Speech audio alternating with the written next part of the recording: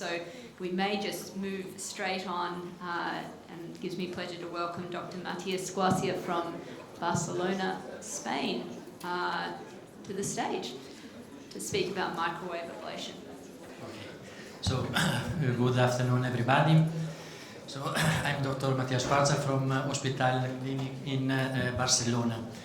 And now we are going to talk about microwave ablation for benign thyroid nodules. First of all, let me say thank you to Roberto Valcalvi that invited me to share with you my experience on thermal ablation on thyroid nodules. In fact, I started my experience here in Reggio, Emilia almost 15 years ago. So we know that thermal ablation for thyroid nodules started with laser ablation and radiofrequency ablation. And here in this room we have some of the people that started and developed this treatment.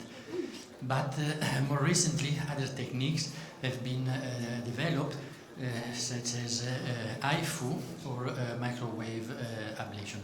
So microwave is a technique that is not aimed to replace laser or radiofrequency, but every day we are more familiar in the radiology department with the microwave technology, so it is considered normal to use it as another option together with laser and radiofrequency in the radiology department.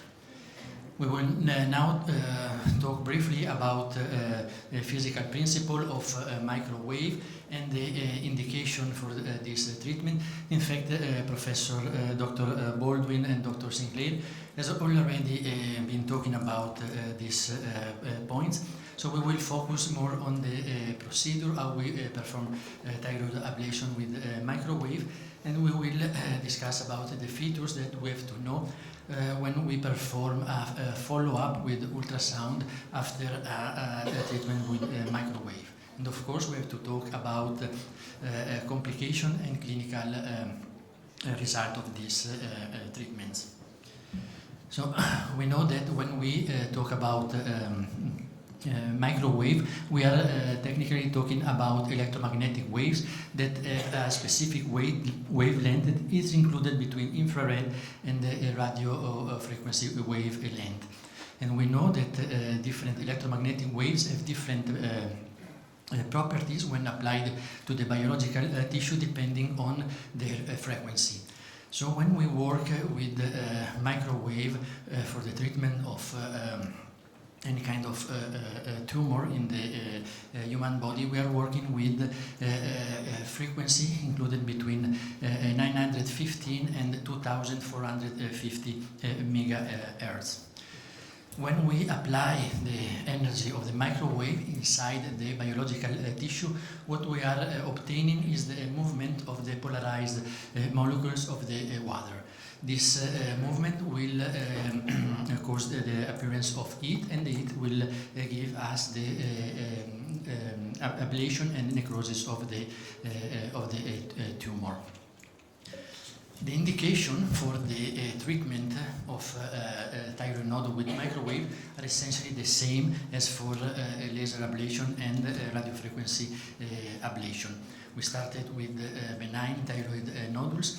Then we started to perform ablation in tumor recurrency, metastatic lateral cervical lymphadenopathies, and more recently we started treating micropapillary thyroid carcinoma. So now let's go to see how we perform the procedure of microwave. You will see that it's very similar to the radiofrequency or laser ablation. Now we dispose of thyroid dedicated microwave antenna. This is what really permits us to use the microwave equipment for thyroid ablation. In fact, now we have a very small dedicated thyroid antenna with a diameter ranging from 16 gauge to 18 gauge. The shaft of the antenna that we can use range between 7 and 10 centimeters, so we can almost treat all thyroid Well, important to know that the active tip of the antenna is very small, is a 3 millimeter long part in the tip of the antenna. Inside the antenna we have a cooling system which uses saline to decrease the temperature on the interface between the shaft of the antenna and the nodule tissue. This is very important because possibly respect to radio frequency with microwave we can have more difficulty in limiting carbonization. This is one issue that we will see how we try to resolve during our procedures. Theoretically, with the microwave, we have the advantage that we can obtain larger ablation area respect to radio frequency, as Dr. Baldwin has already explained in her presentation. And another important difference in respect to radio frequency is that we are not limited or subjected to the impedance of the tissue. But on the other side, we have to say that we have the drawback, since during the procedure we don't have the feedback from the tissue, since the equipment is not telling us any information about impedance, so we cannot rely on impedance when to decide to move the needle inside the nodule. So we will just take the decision based on the ultrasound appearance of the nodule during the procedure.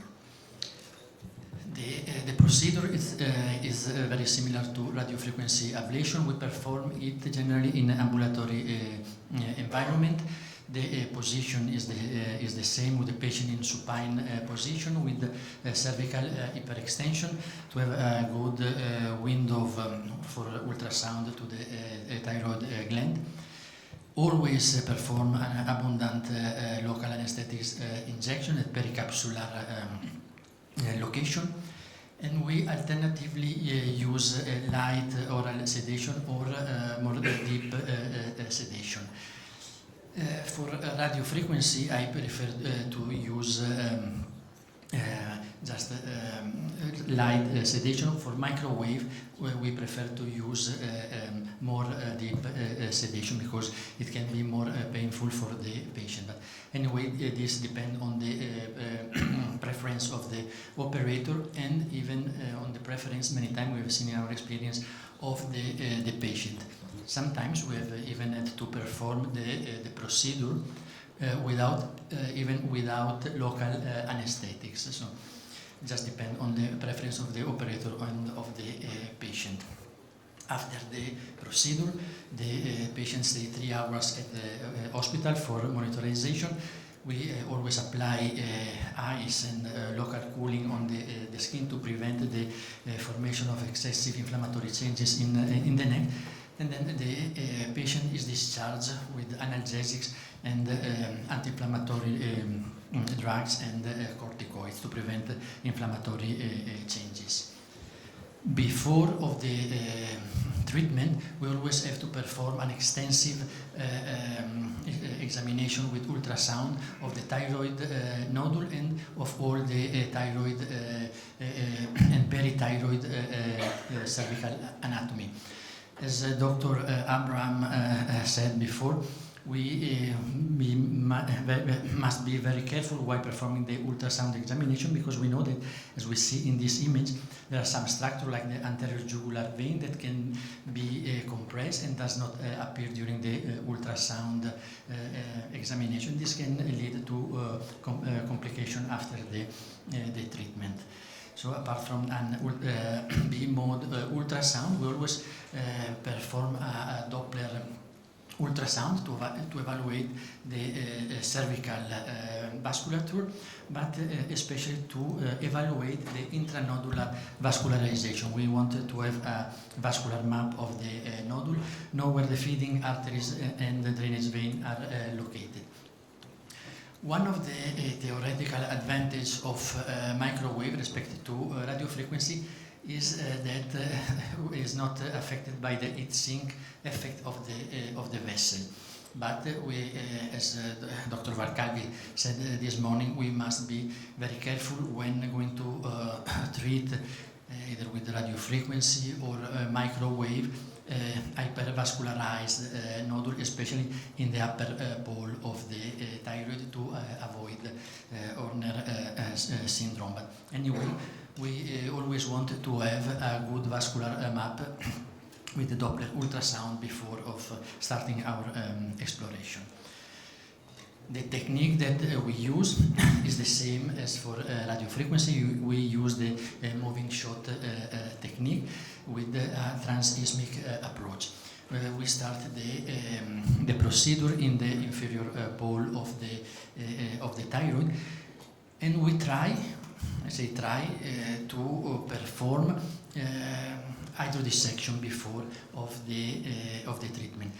We should say that we perform hydrodissection before and during the treatment, because we know that the liquid that we are injecting can disappear during the procedure. So what we do is to repeat hydrodissection.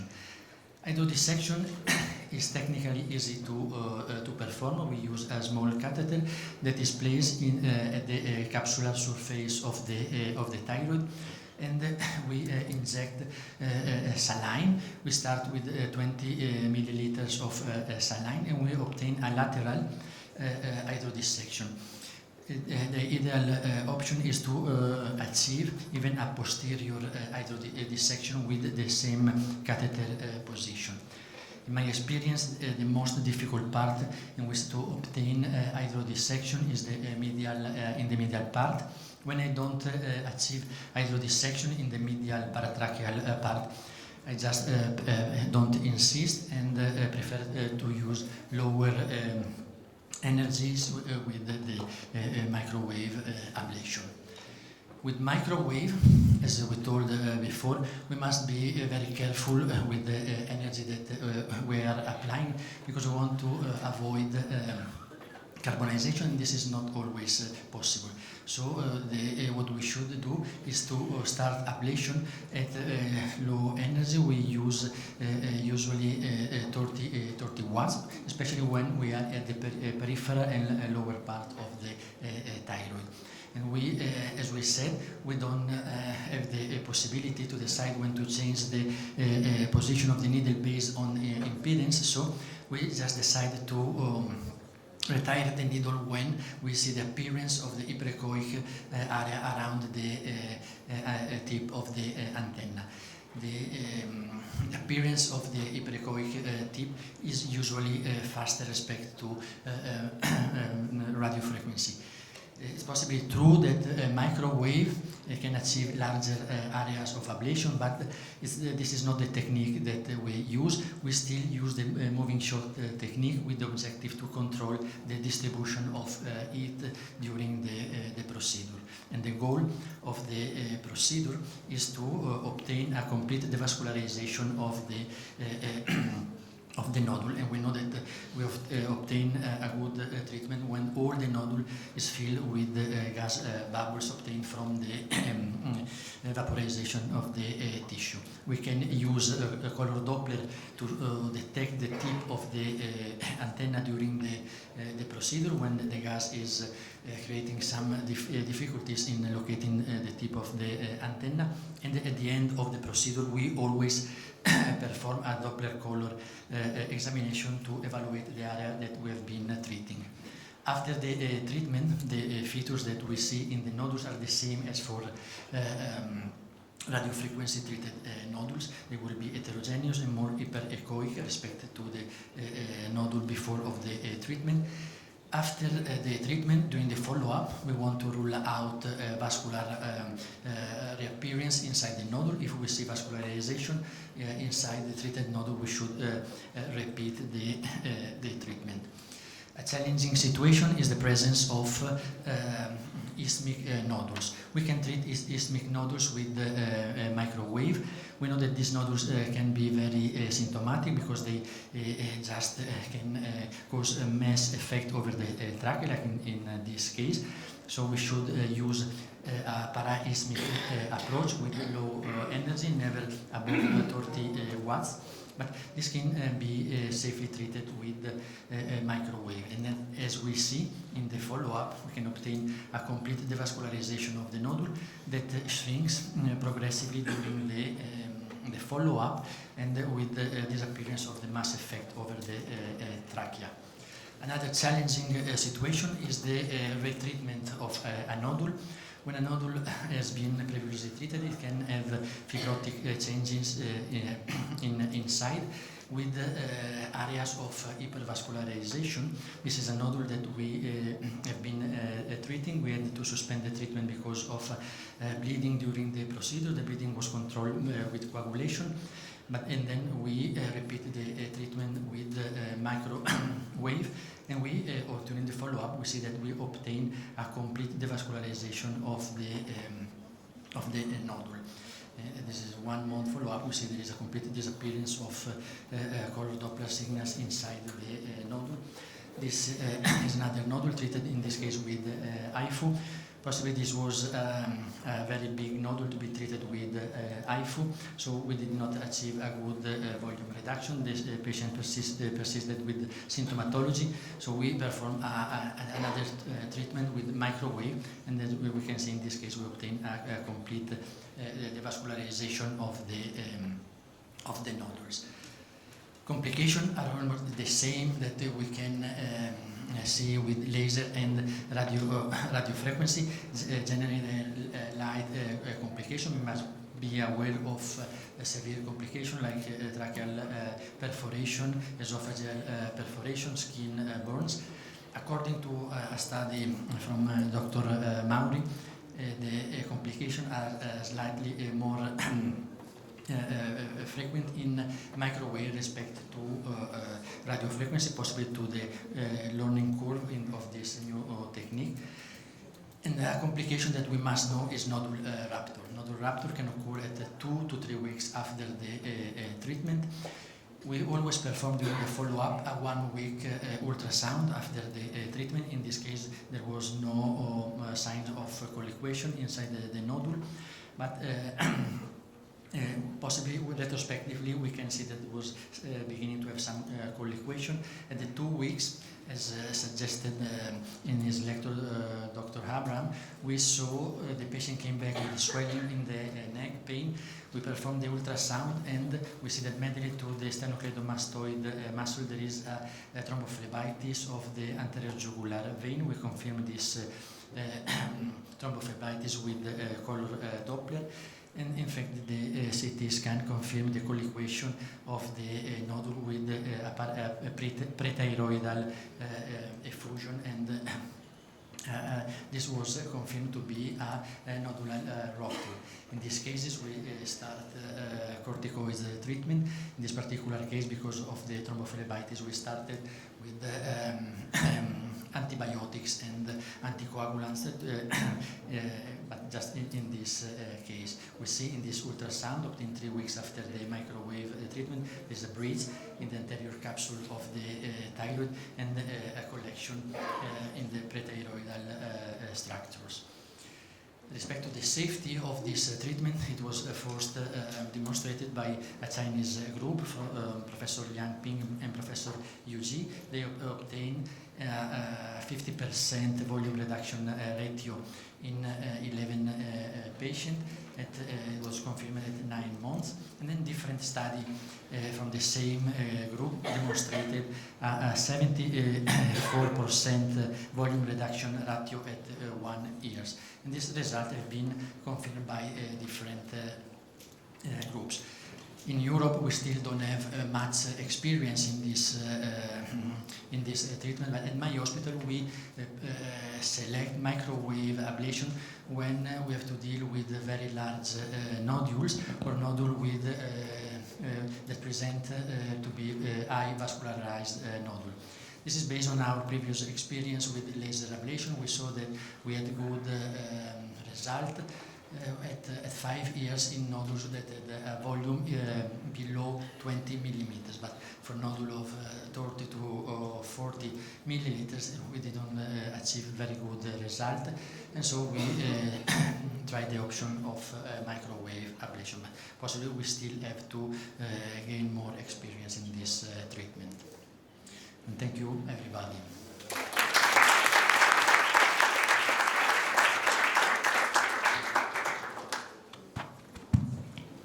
Thank you so much.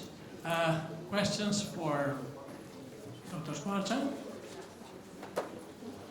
While you are thinking about possible questions. Okay, right. Hello, thank you for your presentation.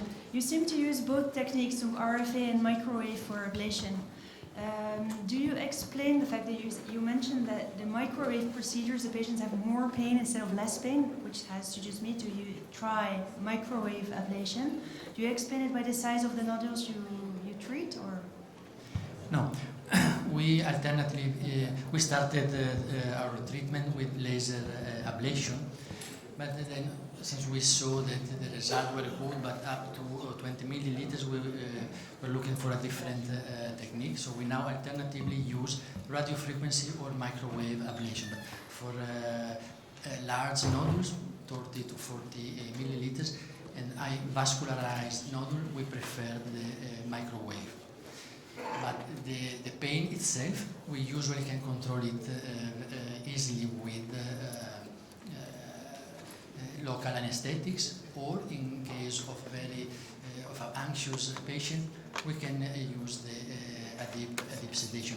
Itself, the pain for us is not a big a problem. I always prefer to perform both microwave or radiofrequency with just light sedation to monitor the vocal function of the patient. But some patients must be sedated because of anxiety during the procedure. Okay. So you gave us totally different situations compared to laser. Size small for laser, size large for Yes. microwaves. Vascularized lesions for microwaves, less vascularized lesions for exactly the opposite. Yes, in fact we have published an article of 5 years follow-up on a patient treated with those 30 patients treated with laser. We saw good result on small nodules and low vascularized nodules. But when the volume was higher than 30 milliliters, laser was not effective, and it is very time-consuming. So you have to consider other technique. The first choice in Europe is radiofrequency. Another option is microwave. Now in radiology department, microwave is very diffuse, and so it's another option. In his presentation, Roberto Valcavi said that when he starts with radiofrequency, he starts with the low level of power and then increases. Do you use the same technique also for microwaves or not? No, because with microwave the big problem respect to radiofrequency is the possibility of carbonization. It's very difficult to control the energy with microwave. So I start at 30 watts and don't go up with radiofrequency. Yes, at the peripheral part we use 30 watts, but when you are in the middle you go to 50, 60. But for microwave we still have the problem of the carbonization. So you can work up to 100 watts with the microwave, but it will not be efficient for the volume reduction. My question is related to the treatment of microwaves of liver, kidneys, and so on. Yes. Thyroid. We know very well.